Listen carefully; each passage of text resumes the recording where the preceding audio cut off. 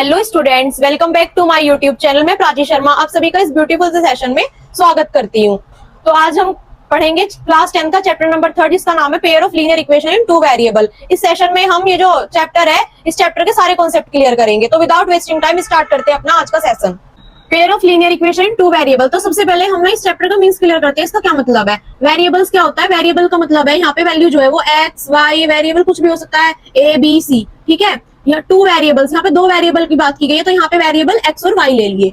Equation का मतलब क्या है कि हमें जो मतलब हमें जो सॉल्यूशन मिला है वो जो होनी चाहिए वो इक्वल होनी चाहिए। लीनियर का मतलब क्या है? लीनियर का मतलब डिग्री जो होनी चाहिए वो 1 होनी चाहिए। जैसे यहाँ पे x की डिग्री 1 और y की डिग्री 1, यानी x की पावर 1 और y की पावर 1। पेयर का मतलब क्या है? पेयर का मतलब जोड़ा, ठीक है। जैसे मैंने यहाँ पे लिखा ax plus by equal c, तो ये जो है ये क्या हो गया? ये pair of linear equation two variable, इसकी जो है ये एक इक्वेशन हो गई।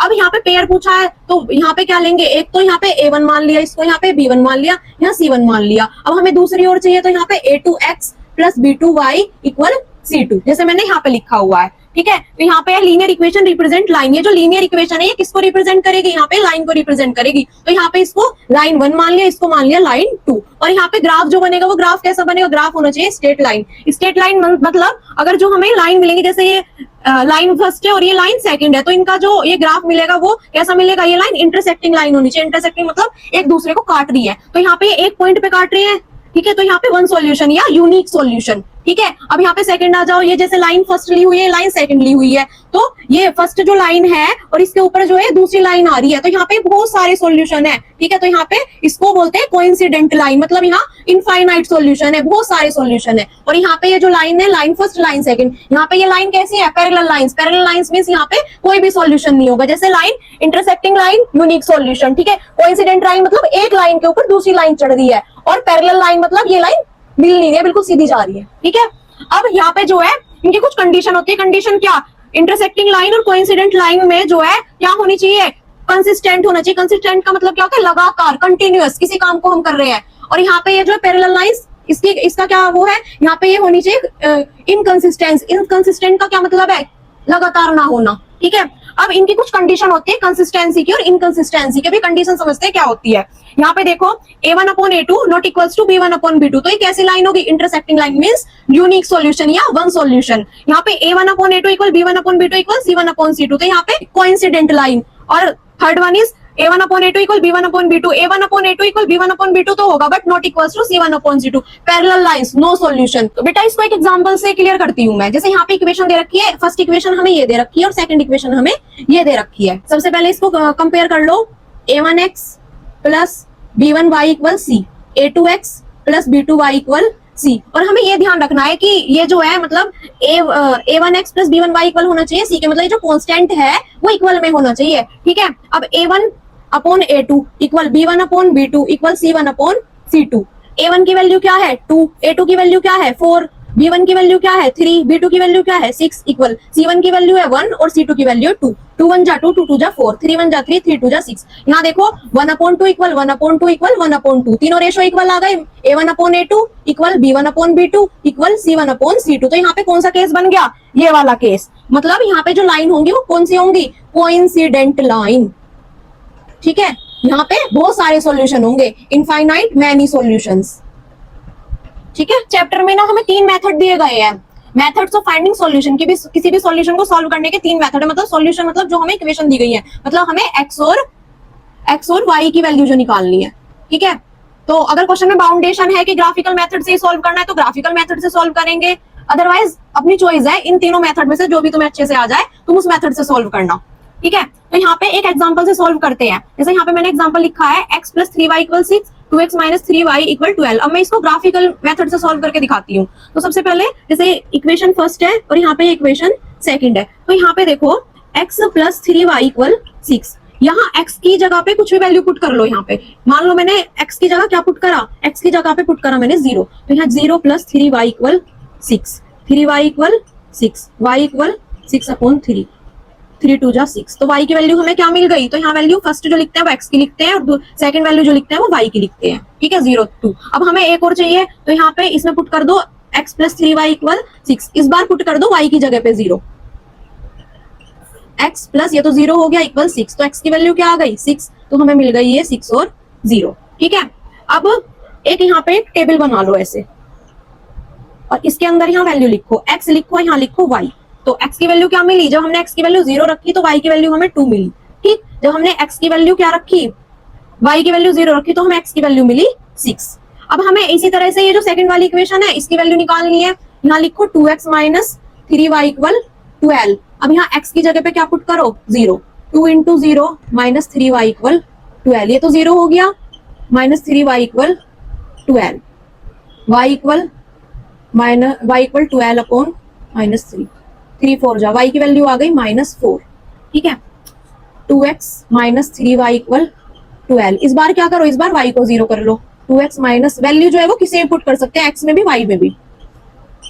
2x यहाँ 0 equal 12, 2x equal 12, x equal 12 upon 2, 2 6 जा 12। अब यहाँ पे भी ऐसी टेबल बनाएंगे, यहाँ x y, x की वैल्यू हमने 0 रखी तो y की वैल्यू क्या मिली हमें -4, x की वैल्यू हमने क्या रखी, नहीं y की वैल्यू पुट करी ना यहाँ पे, तो y की वैल्यू यहाँ 0 रखी तो x की वैल्यू हमें मिली यहाँ 6। अब मैं इसे ग्राफ से सॉल्व करके दिखाती हूँ। तो यहाँ पे बनाया एक ग्राफ, ठीक है, इधर x एक्सिस, इधर x डैश एक्सिस, इधर y एक्सिस और इधर y डैश एक्सिस, और यहाँ पे ओरिजिन, इधर value positive negative positive negative. तो यहाँ पे 1 2 3 4 5 6, इधर नेगेटिव -1 -2 -3 -4, यहाँ पे पॉजिटिव 1 2 3 4 5 6, इधर नेगेटिव -1 -2 -3 -4 -5 -6। अब यहाँ देखो फर्स्ट वाली इक्वेशन की वैल्यू, यहाँ पे 0 और 2, तो 0 कहाँ है, ये रहा 0, यहाँ पे 2 y की वैल्यू 2 कहाँ है, ये रही यहाँ पे। ठीक है, तो यहाँ लिख लो 0 और 2। ठीक है, सेकंड 6 और 0, 6 कहाँ है, x की वैल्यू 6, ये रही यहाँ 0, यहाँ लिख लो 6 और 0। ठीक है, अब यहाँ देखो 0 और -4, x की वैल्यू 0 कोई फर्क नहीं पड़ेगा, y की वैल्यू -4, ये रही -4, 0 -4, x की वैल्यू 6, यहाँ पे ये रही, नहीं सॉरी, x की वैल्यू 6, ये रही यहाँ पे, और y की वैल्यू 0। ठीक है, अब ये जो पॉइंट मिले हैं ना हमें यहाँ पे, अब इन पॉइंटों को क्या करो, मीट कर दो, यहाँ पे एक लाइन खींच दो ऐसे। ठीक है, और यहाँ पे ये, तो यहाँ पे ये देखो इस पॉइंट पे मीट हो गए ना, यहाँ पे इंटरसेक्ट हो गई लाइन, तो हमें क्या मिली वैल्यू, x की वैल्यू क्या मिली हमें, x की वैल्यू मिली हमें 6 और y की वैल्यू क्या मिली 0। सेकंड मेथड है सब्स्टिट्यूशन मेथड। सब्स्टिट्यूशन का मतलब क्या होता है, किसी एक की वैल्यू दूसरे में रख देना। जैसे गेम में भी होता है, किसी एक प्लेयर को सब्स्टिट्यूट करके दूसरे प्लेयर को रख लेते हैं, सेम यहाँ पे भी। चलो सॉल्व करते हैं इसको, x प्लस 3y इक्वल 6। अब हम यहाँ से वैल्यू किसी की भी निकाल सकते हैं, x की भी y की भी। y की थोड़ा निकालना मुश्किल होगा, x से निकाल के बताती हूँ। तो x इक्वल 6, ये जब इधर जाएगा तो ये नेगेटिव हो जाएगा, -3y, तो ये आ गई x की वैल्यू। तो यहाँ पे इसको क्या मान लेंगे, इसको मान लेंगे इक्वेशन थर्ड। अब इस वैल्यू को किस में रखेंगे, इसको रखेंगे सेकंड वाली इक्वेशन में। तो यहाँ लिखेंगे put the value of x in equation second. x की जगह पे हमें क्या वैल्यू रखनी है, ये जो हमारी वैल्यू आई है, तो यहाँ 2, x की जगह पे क्या रखना है 6 माइनस 3y इक्वल 12। अब ये बाहर 2 है, इसके अंदर कर दो मल्टीप्लाई, 2 6 जा 12 माइनस 2 3 जा 6y माइनस 3y इक्वल 12, 6 और 3 minus 9y equal 12, minus 9y equal 12। ये 12 इधर जाएगा क्योंकि कांस्टेंट है, कांस्टेंट के साथ जाएगा, माइनस इधर आने पे माइनस हो जाएगा, माइनस 9y इक्वल 0। ठीक, तो यहाँ पे minus 9y equal 0, y equal 0 upon -9, 0 upon something क्या होता है 0 होता है। ठीक है, अब ये हमारी y की वैल्यू निकल के आ गई 0। अब इस वैल्यू को कहाँ रखो, ये जो हमारी ये बनी थी इक्वेशन नंबर थर्ड, इसमें रख दो। x equal 6 minus 3y, x equal 6 minus 3 into 0, x equal 6 minus 0, x equal 6, x की वैल्यू क्या आ गई 6। हमने ग्राफिकल मेथड से भी सॉल्व किया था तो भी हमें वैल्यू यही मिल रही थी, सब्स्टिट्यूशन मेथड से सॉल्व करा तो भी हमें वैल्यू यही मिली। बेटा थर्ड मेथड है एलिमिनेशन मेथड। एलिमिनेशन का मतलब क्या होता है, एलिमिनेट करना मतलब गायब कर देना।